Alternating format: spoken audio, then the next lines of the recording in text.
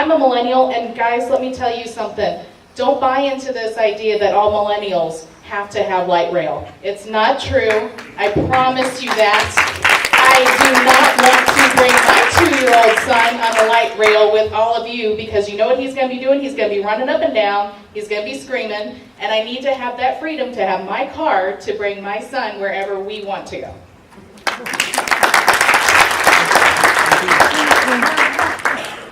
Well, I think it has to be a balance, right? I don't know about you and your jobs in the private sector, how often and how big your raises have been, but I do know that for working families, our median incomes are still down compared to they were 3 years ago. So many people are struggling, and it's you that pay for the increases for people who are working for the city. You know, there are a lot of good people, we know that work in the city as well. They're very committed, but again, there has to be a balance. So if you elect me, I'm going to do my homework on it, and I'm going to make sure that we do and look at a proper balance, that we're looking after the hardworking taxpayers as well. So it's definitely a two-way street as far as that goes. It'd be nice if there were enough money around for all of us to get beautiful raises all the time. I try to talk about that at my annual review every year with my employer, but I can tell you, it's not always obviously what I would like, and I think we all face that challenge as well. That's the nature of the economy. But if you think about it, until we can get the economy moving again, nationally and locally, we've got a lot of headwinds that we face right now. Obamacare has been terrible for the economy. I talk to people every day. I call in doctor's offices for work. And I know that working families, I've seen where they've gone, now we have $4,000, $5,000, $6,000, $8,000, even $10,000 deductibles that people are paying out of pocket. We used not to have that. That's really been a problem, and I'm seeing families suffer from that every day. And we know with the risks that right now with the military spending as well in our economy, we do face a lot of challenges. So I will definitely do my homework, and I'll make sure that we spend our money judiciously. I'll work with and collaborate with colleagues to make sure that we do the best that we can. But I'm going to look after taxpayers. That'll be my number one concern.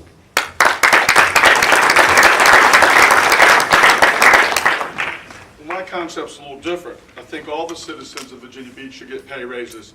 I think they should be paying less in taxes. And I want to talk about something that's important. You know, in the year 2000, our budget was around $1 billion. Now it's almost $2 billion. In that same period, incomes went down $2,000. In the last 7 years, our real estate tax is up 10%.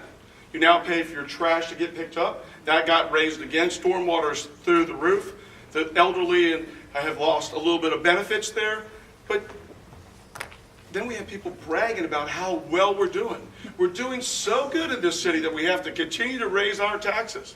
There's something inherently wrong with that. We know the economy's bad. We've got to tighten our belt. We have a lot of places in every single department that we can cut back. And I can tell you one of them right now.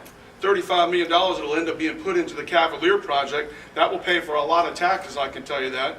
But I guess the philosophy of the needs of the few outweigh the needs of the many, what Mr. Sessom believes is we're in place. I want to change that. I want to work for all the citizens. I want to make sure everybody puts more money in their pocket, that you can spend it where you want to spend it. I want to get the government out of competing with the private sector and doing what it should be doing.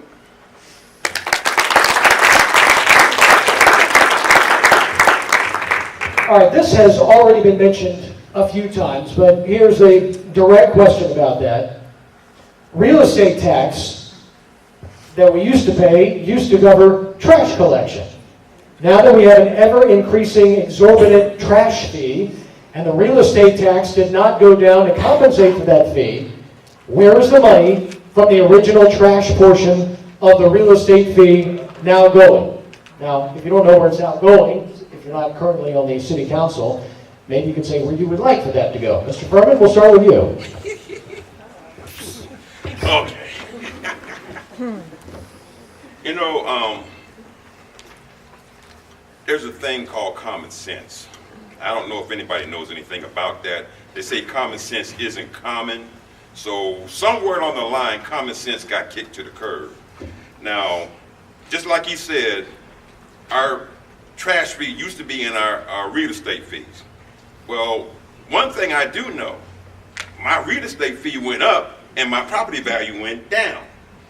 somewhere along the line, something changed. I thought when your property value goes down, your real estate tax go down or something. Am I wrong, or is that do y'all think that's kind of weird? No, they set the rate independent of your assessment. Oh, is that what it is? Okay, I'm sorry, I didn't know that. New math. New math, I'm sorry. Okay, I wasn't privy to that. I'm sorry. Okay, but the fact of the matter is now we got that fee onto our water bill, which is one of the things that I was complaining about. The fact of the matter is that 40 to 60 bucks that they added on there has caused me a little bit of discomfort. You know, because one, right now, I'm struggling. And I'm struggling really bad because of one reason. My income has been slashed because I've had to cut my income. So bottom line is, it's not your fault, it's my fault. But guess what? It doesn't help me when it comes time to pay those bills. I still have to pay the bills. I know I forgot to pay the bill one time. And believe it or not, within 5 days, they cut my water off. That same water bill. Now, they cut my water off in 5 days, and I was only late 5 days. So, you know, maybe I'm just lost, or I've lost my mind, but I think something needs to be done about that. And if I'm elected, guarantee you one thing, those fees will turn back into bills. And we will be able to adjust and move them so that people can be more comfortable with those things right now. Thank you very much.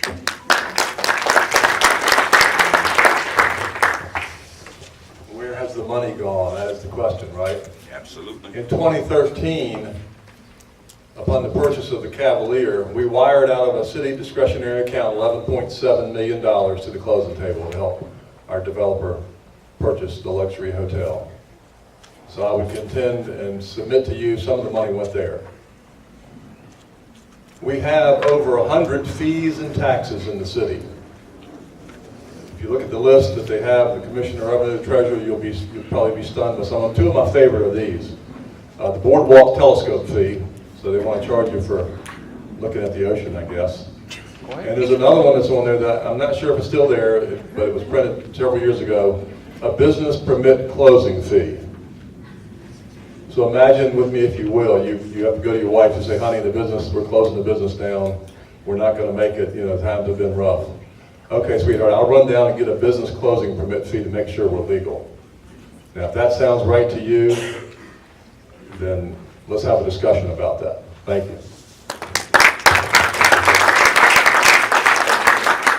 When the garbage rate fee was established, we did reduce the real estate tax. It was almost a wash, and John Moss is right there and will back me up. I'm not going to say it was a total wash, but it was pretty close to a total wash. Absolute fact. Matter of fact, John supported that budget when we did that. We did do that. Folks, and unfortunately I have a family engagement to go to that I've got to be at 8:30. I know this ends at 8:30, so I'm leaving at 8:15, but the first thing I want to say is thank you for your courtesy to me tonight. I sincerely appreciate it, and I appreciate everyone, the way we've conducted this debate. I got to sit back and tell you, we do have a very good city and a very well-managed city. The roads that who's been down Princess Anne Road recently? Big differences in it. Lesnar Bridge, y'all see that? I mean, that bridge was getting ready to fall in the water. We were told it had 3 or 4 more years. Half of it's already been rebuilt. Witch Duck Road, Glen Haven Parkway that Bobby's just talked about, Nimmo Parkway. That's the only way people go to the courthouse now. Centerville, as Bobby said.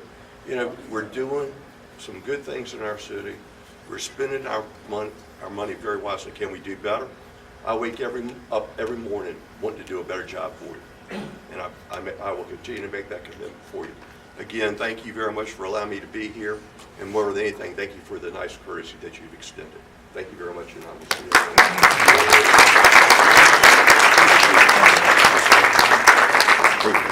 No, thank you for the courtesy. I mean it. You'd like to respond to that, Mr. Furman? Okay. 30 seconds. Okay. The mayor said that he reduced the property tax. Well, I can't see it. I'm gonna be very honest with you, because the bottom line is, when I look at my property tax and I go to my mortgage holder who's holding my mortgage for them.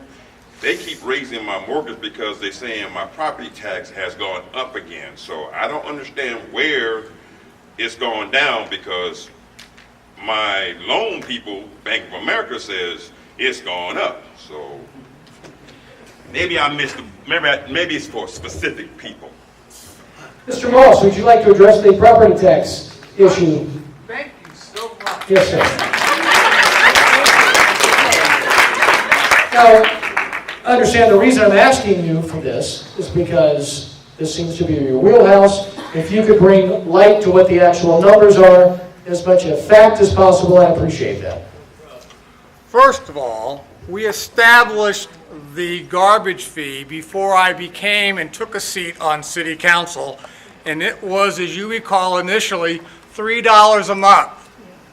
They did not reduce the real estate tax rate. Then they went to, I think, $6 or $7 a month. They did not reduce the real estate tax fee, you may recall. Then it went up to like 10, 12 or something like that. 3 increases before I arrived, and they never reduced the real estate tax fee. When I got on city council, the mayor is correct. I did support going 100% fee, because we were getting there anyway, and I did bargain with Bill DeSteff. We held a pair of deuces, and we got the best deal we could, and we reduced the real estate tax rate 2 cents. So the garbage fee runs around $40 million. About 2 cents is about $10.2 million. So yes, I did support the partial offsetting, but $30 million delta is not a wash. That's a fact.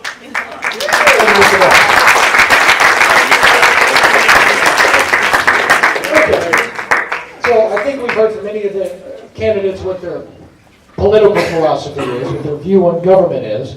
So this is a very specific question, but it has something in that's important with the expanding of the way our economy now works.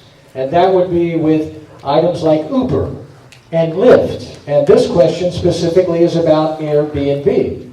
And that goes to what is the responsibility of these peer-to-peer economies that are now working throughout almost all of our, I think all across all of the country now. What is the responsibility of local governments in collecting taxes from, we'll say, Airbnb? Should they collect taxes from them? And if you'd like to add to that, where would those taxes go? Well, it's a brand new innovative, just like Uber itself, giving people in this country, especially the empty nesters or the widowers or widows, an opportunity to rent out a room for additional income. I mean, I see nothing wrong with that. I think there could be certain standards that have to be met and achieved in order to get approved or permit through the city. We do have a city process. You start out at $50 to get an application license to do anything in the city. And I want to correct one misstatement up here. The last time I looked at the taxes and fees in Virginia Beach, and Mr. Moss has submitted a question to our Department of Finance right now, we have not gotten the answer. The last numbers that we had was 510 taxes and fees. That is outrageous. I think that we can regulate BRB, but it's the same thing that's going on in some of the other areas, such as Sandbridge and North Beach, where you have event houses. They've really impacted the neighborhood. So I think they do need to be regulated to a certain degree. The other issue is cutting taxes is going to be the #1 stimulator. Mr. Sessoms isn't here right now, but I wonder what it is about our public school system that he finds so inadequate that he would not even put his children in public schools. If he says that we are so affluent in this city, then please tell me, Mr. Sessoms, why is it that 40% of our student population in Virginia Beach is eligible for free and reduced lunches. It just does not equate. I think the income that he has coming in, I think he's so far out of touch with mainstream and middle-class America. Thank you.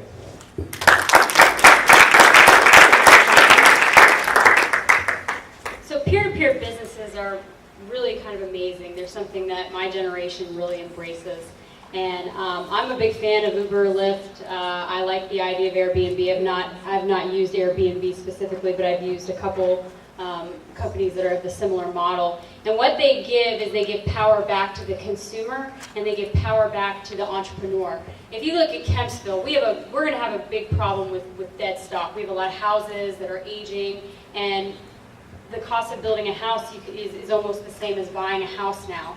And what Airbnb does is it gives people the opportunity to recapitalize on their home. And if we start regulating that, it will have a dire impact on the low income because they are already desperate to find a way to make ends meet. And if we are going to start taking away those avenues, we're going to find ourselves in a much worse position than what we would to allow them to continue to recapitalize on their property. They have a right to allow people to stay in their home, whether or not it's for money or because they're a guest. And I am a big supporter of peer-to-peer businesses. They are the future of business, and I think we're going to see a lot more innovation as time goes on. Thank you. Please don't say dire outcome. Oh my goodness.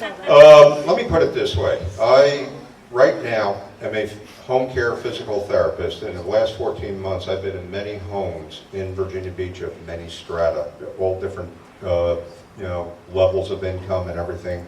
The richest of the rich, the poorest of the poor. And I think when they call these things disruptive technologies, I just think that's a poor choice of words right now. A lot of people need this for just some basic survival.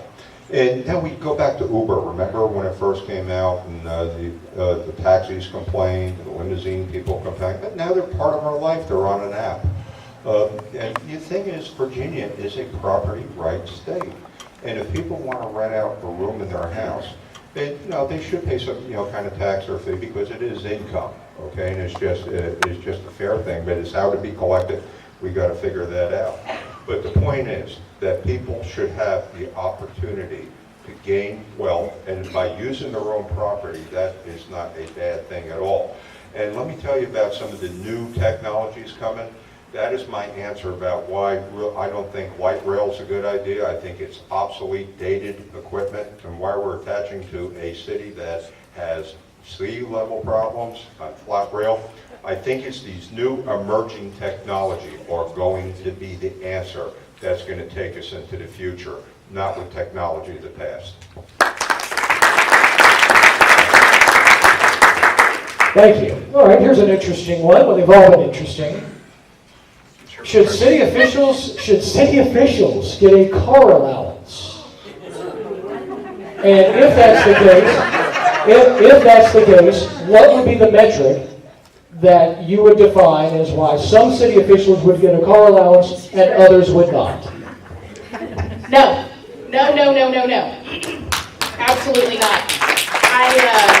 I have to tell you guys, when I heard about our city manager making more than the governor of Virginia, and on top of that, getting $12,000 in a yearly car allowance, I'm just thinking, oh my goodness, what could I do with an extra $12,000 every year? And we are paying a six-figure salary to a city manager, and he is on top of that getting a car allowance? Have you lost your mind? So no, absolutely not. There should never be anything like that. When you are a public servant, you are serving the public. You are not here to get rich on their dime. And that is something that I will scream from the mountaintops until the day I die.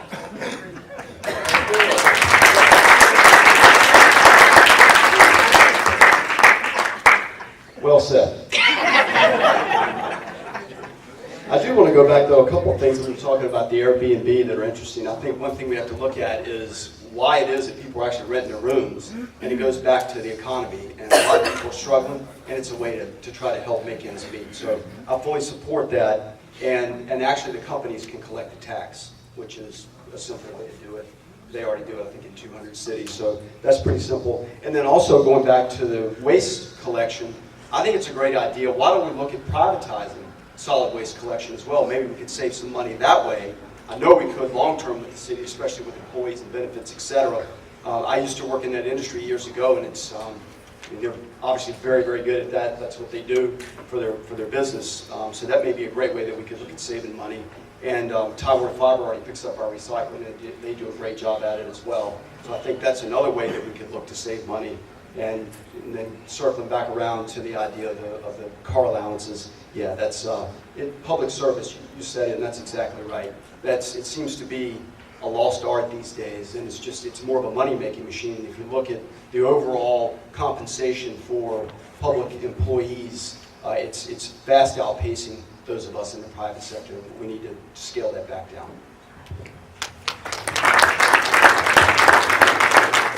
You probably know my answer already. No, hell no.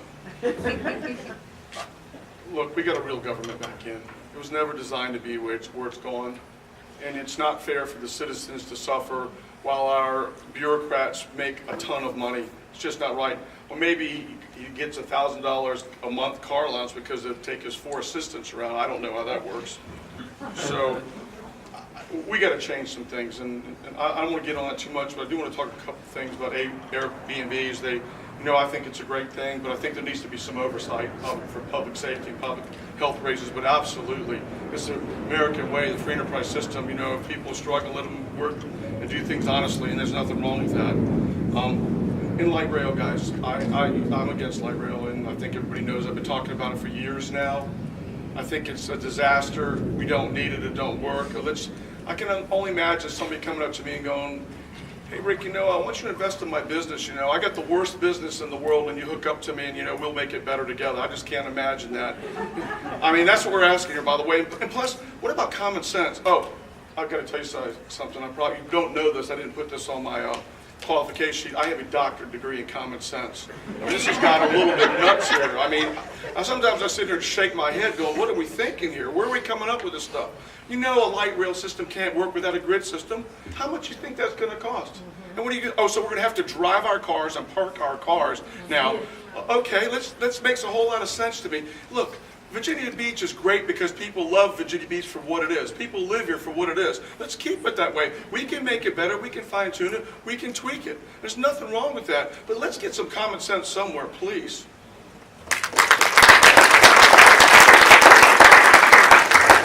So this is our final question, and right after that, each candidate will have 1 minute for closing statements. Our goal is to wrap this up for you by around 8:30, and we're going to be very close to that. Final question. In terms of the academy programs at high schools, we have seen discrepancies in some of the schools that have not had academies. Kempsville High School would be in that category. They now have a new academy that's beginning, their Entrepreneur Academy. So the question is, should every high school in Virginia Beach have an academy program, if it doesn't already? And should that be the lay of the land? Should these high schools keep those academies for the foreseeable future? I don't know why you're trying to keep giving me that thing. If I get on that mic, it's going to go all the way back in the back. All right, okay. The academy program is primarily supposedly for troubled students. If I'm not mistaken, I don't know if I'm wrong or right. It's supposed to be for students that can't, cope with the regular system where people are. Should everybody have one? No, there shouldn't be that many troubled students. The problem we're having right now is we're diagnosing kids with OCD and all kind of other stuff, putting them on medicine, and they're going crazy. So bottom line is we need to better manage our kids, not better manage the other stuff. I mean, there are things that you can do to get your kids to act like they got some common sense. I'm old school. I'm going to be very honest with you. I believe in a good old tanning of the behind. I'm sorry, but it got me where I'm at, and I haven't been in jail, and I haven't had any issues. And guess what? It'll do the same thing for those kids too. Some people want to spare the rod. That's their problem. That's not mine. Okay? So the reason I'm saying that we don't need as many academies. We don't really, because one, we're not really taking care of our kids. And some of that has to do with the fact that people have to work more, so they don't have time to take care of their kids. And I understand that. I've been around, I've watched people. I worked in the school system. I've been security in these schools, and I've been around these kids that, quote unquote, they are unmanageable. And guess what? They never have an issue with me. I consistently take all the bad kids that they say are bad, and I have them, how they say, eating out of my hand. It's all about how you do things, so you don't have to have extra programs. Thank you very much. So, Mr. Weeks, when we look at the Global Studies program, when we look at the Math and Science program, when we look at the IB program, we look at the Entrepreneur program, are those things that would be positive for the high school system? Yeah, let's eliminate any confusion. I think Mr. Furman was speaking about the Renaissance Academy, perhaps. If not, I'm mistaken. But the academies are great things. They are a tremendous asset to our school system. And we have a great school system, but we can't rest on our laurels. We have overcrowded classes. We have teachers that ought to be paid more. We have teaching assistants that make 20 grand a year that work a 10-month contract. So we can do better in our schools than we ought to, okay? Very simply. Should every school have an academy? Well, that just depends. I mean, you don't want to create an academy if you have, let's say you have, we have 11 high schools, I believe, right about there. Just because you wouldn't create some weird academy just to make them all have an academy. I think we could do a better job with VOTEC. I've talked to people about VOTEC. It was mentioned here earlier. I think Jessica may have mentioned it. Not everybody's college material. I grew up, my father was a carpenter. I have a trade to fall back on. I have a business degree from Old Dominion. I can work both sides of the street if I have to. I've worked with my hands many times, framing houses, etc. Okay? But we ought to do better in our VOTECs, I think, and support them more and increase that. And some of the academies, I think, quite frankly, are underserved. They could probably use more capacity as well. I don't know how you do that. That's a conversation with school administration and the school board. Thank you for your responses tonight to all of our candidates. Thank you for all of your questions, by the way, tonight as well. I wish we could have had the opportunity to get to all of them. We'll wrap it up tonight. Each candidate will have 1 minute for their closing statements. We'll start with Don Weeks. Mr. Parker, thank you for being here. I appreciate your efforts and everybody for attending tonight. Thanks for listening. And I appreciate that you care about this city. I love this city. I've been here all my life. Grew up in Kempsville, as I said. My twins are in the middle school at Kempsville. We have a great city, but we have lots of challenges, and we can do better, okay? We need more open and honest and transparent government. We need to spend your tax dollars more wisely, and you can trust me to do that. I'd love to have your vote on November the 8th. Please visit my website or my Facebook page. My website is donweeks@virginiabeachmayor.com, and I hope to see you around the neighborhood. Thanks. Mr. Furman. Okay. Ladies and gentlemen, it has been my utmost pleasure to be here tonight. When I left my job today, and I was wondering what kind of turnout was going to be today, because normally when I go to these events, they're kind of small. All right, this one right here, I'm kind of loving it, because guess what? I'm so happy that you have the gumption to want to know what your city is going on, what your city is doing, what's going on. So that in itself is a good reason. But the reason why I'm running is very simply, everybody that's a taxpayer, please raise your hand. You are the people I am here to support. And guess what? If you put me in that position, I will guarantee you that I will do the job that makes sure you're taken care of in so many different ways. Getting rid of fees, making sure your taxes go down, and also making sure all these extracurricular Crayola gets pushed off to the side. Thank you very much. My name is George Furman. I would love and I would appreciate your vote. Have a blessed day. Mr. Flores. There's a dark cloud hanging over the city called corruption. Corruption is a free enterprise killer. If corruption doesn't matter, no election will ever matter. Come with me on a journey to a city where corruption has been eradicated. We're still the safest city for its size in the country, where education is second to none, where taxes and fees are the lowest in the country for its size, and you don't have to pay for your trash being picked up, where government doesn't pick winners and losers, where special interest has to get in line with everybody else, where public officials from all around the country come to learn how to treat the taxpayers, their bosses, where transparency is a priority. That will happen November 8th when you vote RK for mayor.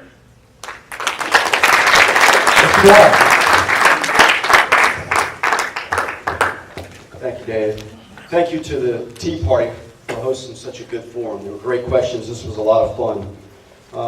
Again, my name is Dane Bly. I'm running in the at-large race. My wife Karen and I have raised our 3 kids here. A couple of them graduated from Cox High School right up the road and moved on to college. This is such a good city and has such potential, but there are challenges. There's no question about that. And a better Virginia Beach does not have to be a more expensive Virginia Beach. We need to make this a city that's better for good, hardworking families, that we can raise our families, have disposable income, and get out and enjoy the beautiful beaches and all the amenities that we have here. But it's going to take a change, and that's why I'm asking you to hire me with your vote on November the 8th. Again, Dane Bly, thank you. Thank you to everybody who put this on tonight. I will say these questions have been the best that I have ever heard at any forum so far. We need leaders who see the potential of what this city has without not spending $1 million on a shiny new project. We need a change, and that change is going to come from honest citizens who don't have a tie to any special interest groups. And I will say this, guys, when you go out and when you leave here tonight, please talk to your neighbors and your friends. Please make sure they're registered to vote by the 17th of October. The only way that we're going to change these people getting elected is if we get more of the citizens involved in our government. And that is going to come from having educated and informed voters. My name is Pam Witham, and I thank you all for coming, and I would appreciate your vote this November. Thank you. And thank you all for taking your time to get involved in your community. Now, to those who know me, they know I have a saying that I've been using for a number of years. Good government should never fear an engaged and educated public. And that's one of the things I've always tried to do with town hall meetings and bringing people to the table.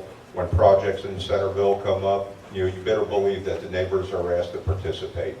One of the areas we can improve in the city is better civic engagement and bringing the public to table to help us make those tough decisions that we're going to have to make in the future.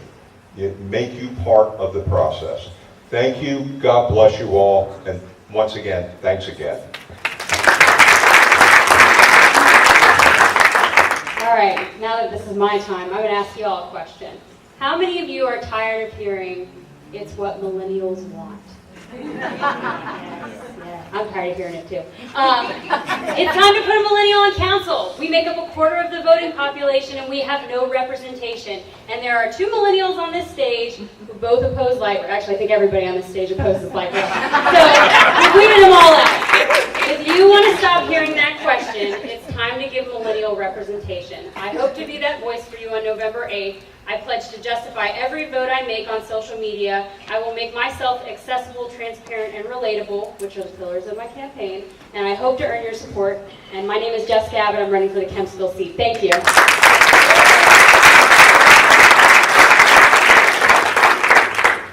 Ladies and gentlemen, I'm going to deviate from my normal close and just point out a couple facts for you to take home with you. The city manager is making, with all of his benefits, close to $275,000 a year. The Secretary of Defense of the United States of America makes $207,900 a year, oversees all the military around the entire world. Something's wrong with that number. My opponent, Shannon Kane, appears to be coming in lockstep with our mayor when she went out and asked the captain of the fire department by the name of William Bailey who was the union representative and the president of Virginia Beach Firefighters Union, to install her political campaigns. It was a clear violation of the law, and it's cause for dismissal. That is unconscionable. But it seems to be as though these things are running rampant, or disregard for good, clean, honest government. On November the 8th, I would be honored to have your vote, and as I said at the outset, I pledge to do everything in my power to represent you, the people. Thank you.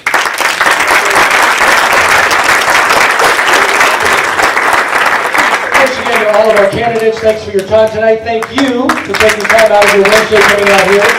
Thanks to those of the church for allowing us this facility, and thanks to the Virginia Beach Tea Party. Thank you very much.